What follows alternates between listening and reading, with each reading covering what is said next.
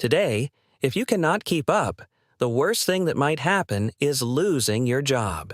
You might lose your position, be replaced by someone else, or slowly get pushed behind by a system that changes too fast. And honestly, that is already enough to frighten modern people. But in the ancient world, not being able to keep up could mean death, because tens of thousands of years ago, if a person was left behind by the group, what they lost was not a job, an income, or an opportunity. They lost fire, food, protection, and maybe the most important thing in the dark, the fact that someone still knew where they were. For ancient humans, migration was not travel. It usually meant that the old place could no longer support life. Water sources were shrinking, animals were moving away, cold weather was closing in, or the surrounding environment was becoming more dangerous. When that happened, the whole group had to move. But here was the truly brutal problem. A human group was never made only of young, healthy people who could run the fastest. There were children. There were elders. There were pregnant women, mothers carrying babies, and people who were injured, sick, weak, or simply unable to walk as fast as everyone else. If a species only allowed the fastest, strongest, and most mobile individuals to survive, then yes, it could move quickly for a while. But the human story may have been the opposite.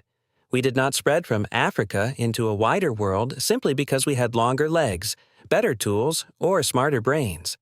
Something else mattered just as much. Humans developed the ability to reorganize the speed of the group when someone slowed down, to share weight, to wait a little longer, and to make sure that a person who temporarily could not keep up was not immediately taken by death.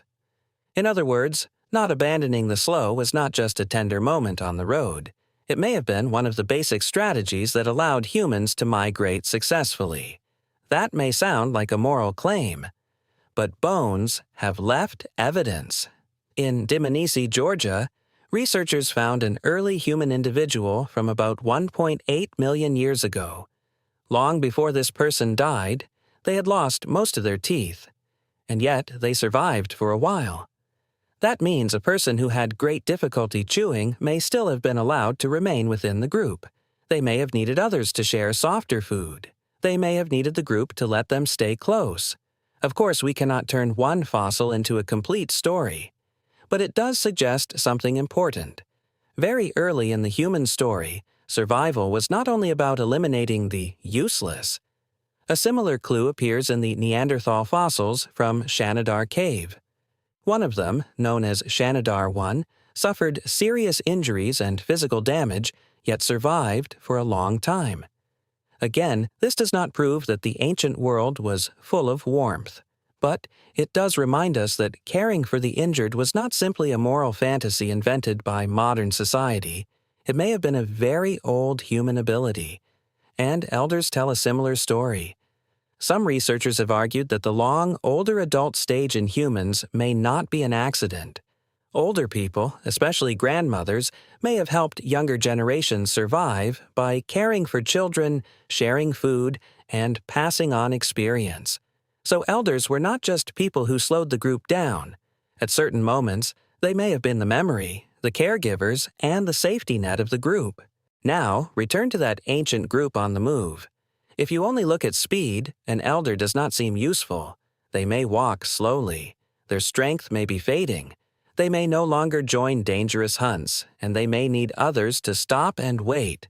But in a world with no maps, no writing, and no weather forecasts, an elder might remember which rivers still had water during the dry season, which valley should be avoided in winter, and which plant looked edible but could make people sick.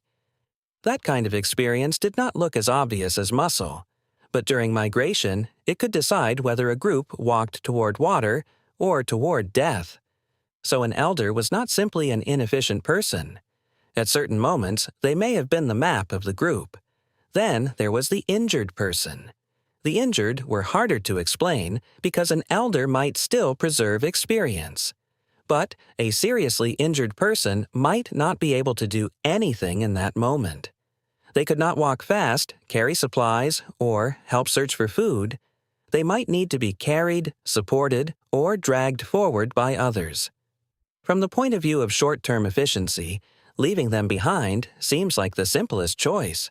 The group becomes lighter. It moves faster. The immediate risk goes down. But if a group solves every problem that way, what it saves may only be today's strength.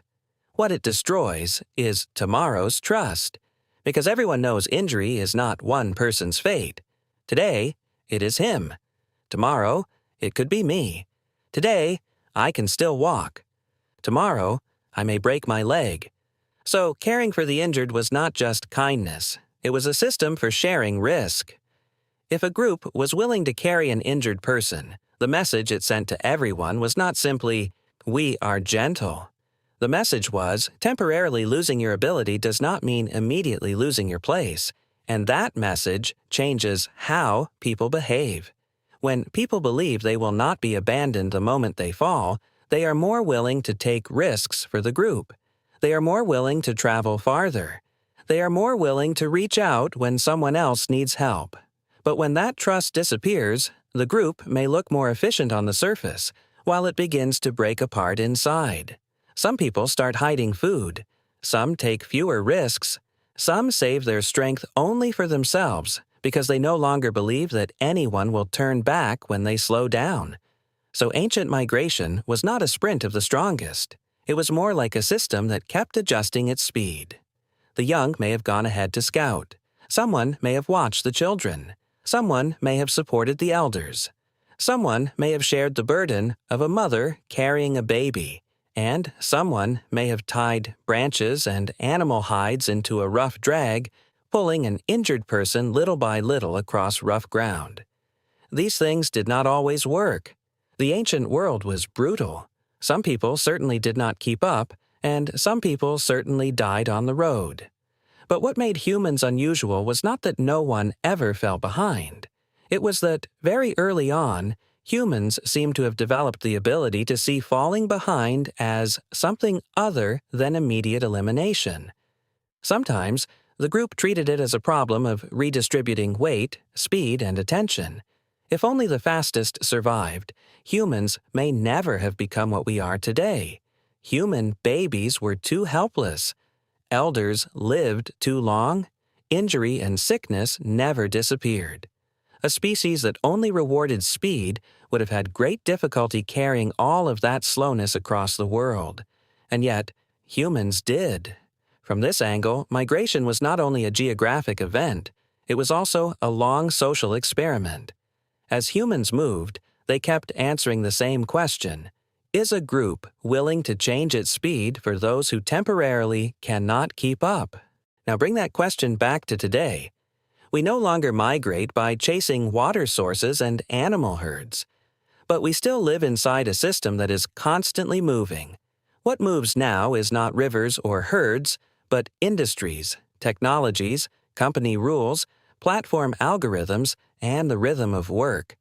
They keep pushing new standards in front of you, asking you to learn, adapt, update, and prove that you can still keep up. And here's the strange part. The ancient wilderness was nature. It did not become kinder because you were old, sick, or injured. But the modern system is not nature. It was built by humans. We once escaped the wilderness by learning not to abandon those who slowed down too quickly. And yet today, we have built many systems that seem even less willing to wait than the wilderness itself. Inside such a system, what frightens a person most is often not that they are not smart enough or not hardworking enough. It is the day when they truly have no energy left. They know the emails need to be answered. They know the tasks need to move forward. They know they should stay stable, learn the new tools, and keep proving that they can still function. But their inner energy is gone. It is not that they do not know what to do, they simply cannot do it anymore. And the system usually does not ask, why can you no longer walk? It only asks, can you still keep up? And if you cannot, someone else will step into your place. So ancient humans feared being left behind in the wilderness. Modern people fear being left outside the system. One happens in darkness and cold. The other happens under screens, desks, and performance reviews. But underneath, the question is similar. When a person slows down, how does the group treat them? So who got left behind when ancient humans had to move?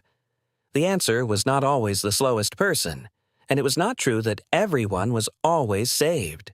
The ancient world was not that romantic.